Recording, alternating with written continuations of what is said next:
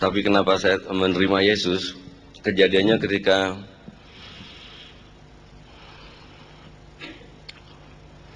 saya disuruh kakek saya ke Mekah untuk melakukan ibadah haji, melakukan pertobatan sebagai seorang Islam. Kebetulan latar belakang saya dari Tebu Ireng.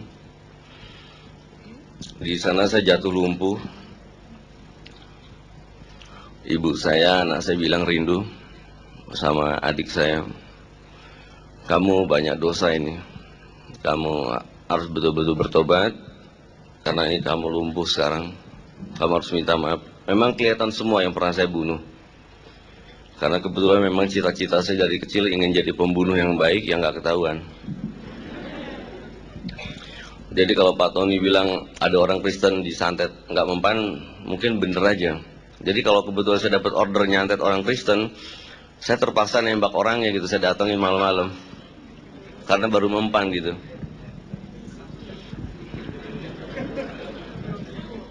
Tapi kalau saya gunakan dengan santet-santet saya memang nggak bisa, walaupun saya pakai ilmu voodoo. Karena masalahnya saya udah dibayar ya, saya harus bunuh ya saya bunuh aja gitu. Tapi waktu itu saya aman-aman aja, karena kebetulan saya dekat sekali dengan keluarga Cendana, dengan beberapa petinggi TNI maupun Polri untuk kepentingan-kepentingan dia, sehingga saya aman-aman aja kalau saya melakukan ulah yang nggak benar gitu. Sehingga ulah yang memalukan pernah terjadi ketika kerusuhan Mei tahun 98. Aksi saya sangat enak sekali, lagi puncak-puncaknya saya seneng itu. Tapi saya bersyukur saya nggak ditangkap, cuma diperiksa aja. Tapi Mas Prabowo-nya dipecat, kasihan juga. Mungkin dia nggak percaya Yesus kali.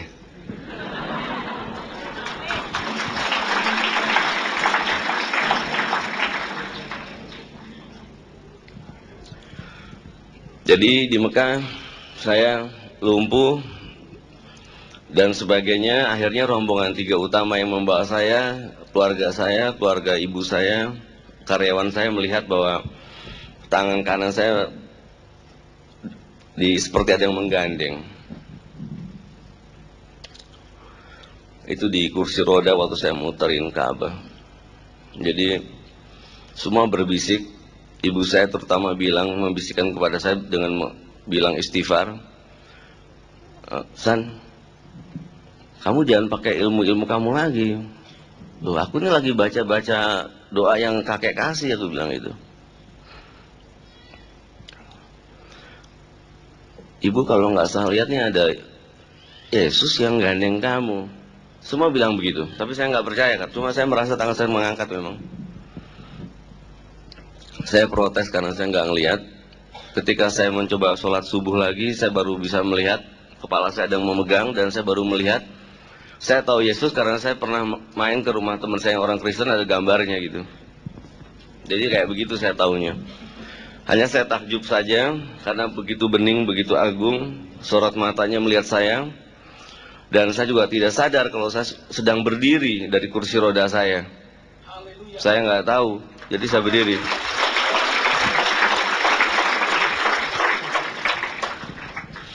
Jadi saya berdiri, saya belum sadar kalau saya sudah berjalan. Jadi saya kembali ke hotel di Hotel Nabawi. Akhirnya saya gedor-gedor pintu hotel. Dibuka oleh adik saya. Saya ngelihat di kamar hotel saya terang sekali. Terang sekali. Terang kayak neon sekali, terang sekali pokoknya. Lantas jendela kamar tuh kayak ada angin, dan saya melihat ada cahaya yang melesat jauh sekali. Lantas salah satu ustadz yang terkenal di Republik ini, Pak Jainuddin MZ, bilang, kamu nggak pakai ilmu kamu ya Ndeng tadi? Enggak. Saya sih percaya sebetulnya yang kamu lakukan ini.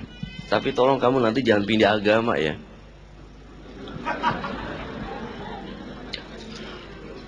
Saya bilang saya nggak akan pindah agama, tapi saya percaya Yesus, seperti saya bilang pendetahan waktu itu.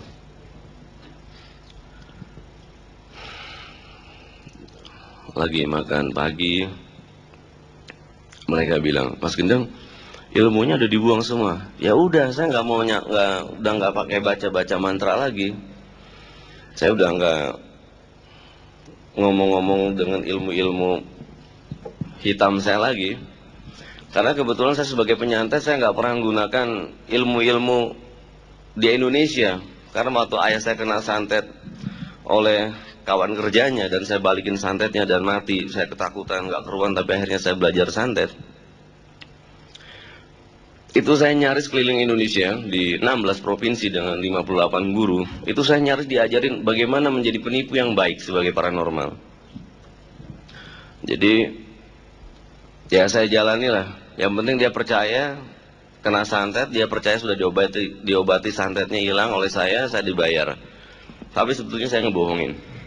Sehingga kakek saya marah, saya disuruh berangkat ke Afrika untuk belajar voodoo, dan saya baru merasa benar-benar sebagai seorang pembunuh bayaran melalui ilmu santet tuh waktu saya belajar voodoo dan kembali dari Afrika. Dan uangnya pun habis ngerampok di Blok A atau di toko emas Delima.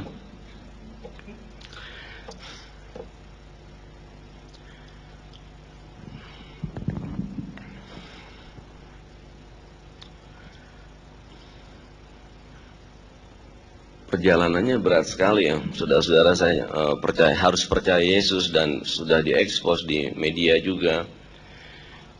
Jadi setiap hari biasanya saya dapat ucapan selamat dari orang-orang di politik di negeri ini. Sekarang hujatan, caci maki, isu mau diculik, isu mau diserbu rumahnya dan sebagainya. Akhirnya anggota komando jihad yang percaya dengan saya, loyalitasnya baik ya, saya suruh jaga rumah saya sebaik mungkin dan tolong jangan ganggu kepercayaan saya sekarang ini, saya bilang gitu. Jadi kamu tetap kerja di saya aja, tolong jaga. Memang jadi nggak enak sebenarnya, banyak ruginya. Saya waktu itu ngitung itu, saya percaya Yesus, pom bensin gue 3 biji dibakar, rumah saya kerampokan juga ya, nggak ada yang dilukai sih, cuma barang-barang diacak-acak aja. Saya sewot juga, mobil saya parkir hilang. Saya nggak pernah mau lapor polisi, saya pikir, karena saya tahu ini ulah teman-teman saya dulu. Tapi pendeta Gilbert juga, Pak Junifer bilang yang sabar dan harus lebih percaya bahwa Yesus akan memakai emas gendeng, dia bilang. Ya sudah, akhirnya saya memang harus percaya Yesus. Dan doa saya juga ternyata dikabulkan oleh Yesus, rindu kembali pulang ke pangkuan saya. Dan ketidakpercayaan saya melihat Yesus ketika saya di Mekah lumpuh pun saya baru menyadari bahwa begitu ajaibnya. Sampai-sampai saya ngomong sama teman-teman di Mekah, apa mungkin Yesus saya sulap pindah ke Mekah gitu. Jadi mereka bisa aja, soalnya kan itu setan katanya. Itu Nasrani, Yahudi, macam-macam, dimaki-maki habis-habisan. Tapi saya berpikir jernih saat itu, nggak mungkin Yesus bisa saya sulap ada di Mekah di depan Ka'bah, ketika saya lumpuh megang kepala saya jalan, nggak mungkin. Akhirnya saya pertama ketemu pendeta Gilbert dan mulai saya tahu bahwa Yesus begini dari pendeta Hans juga. Akhirnya saya setiap hari harus menyebut nama Yesus sebagai juru selamat saya, sebagai guru saya.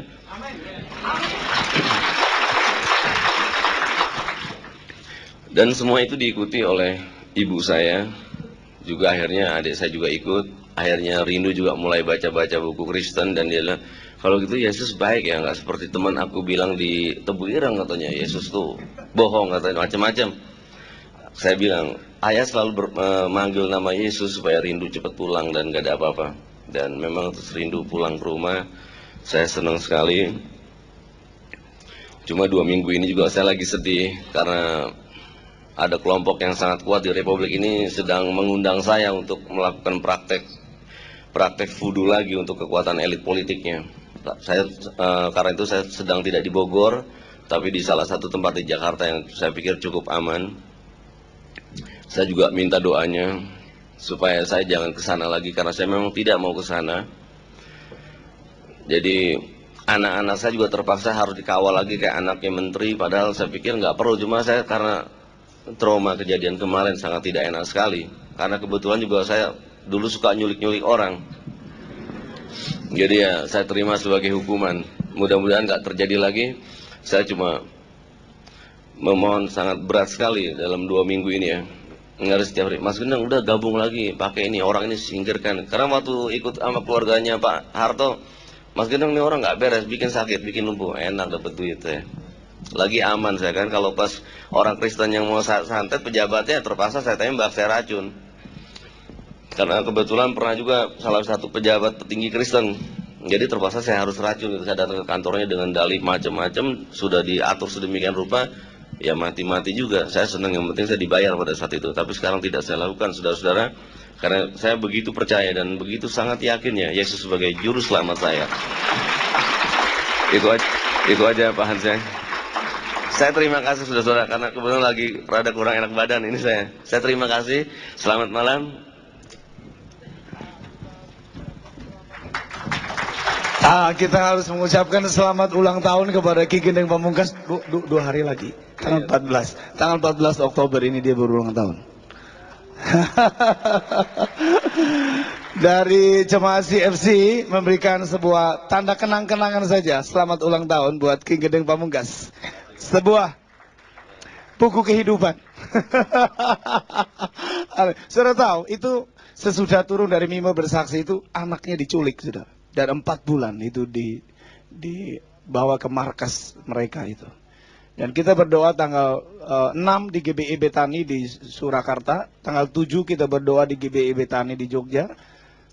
Lalu pembukaan CFC kita berdoa di hari Minggu di Gedung Menara Gracia. Hari Senin Tuhan Yesus pulangkan rindu putri keduanya. Haleluya.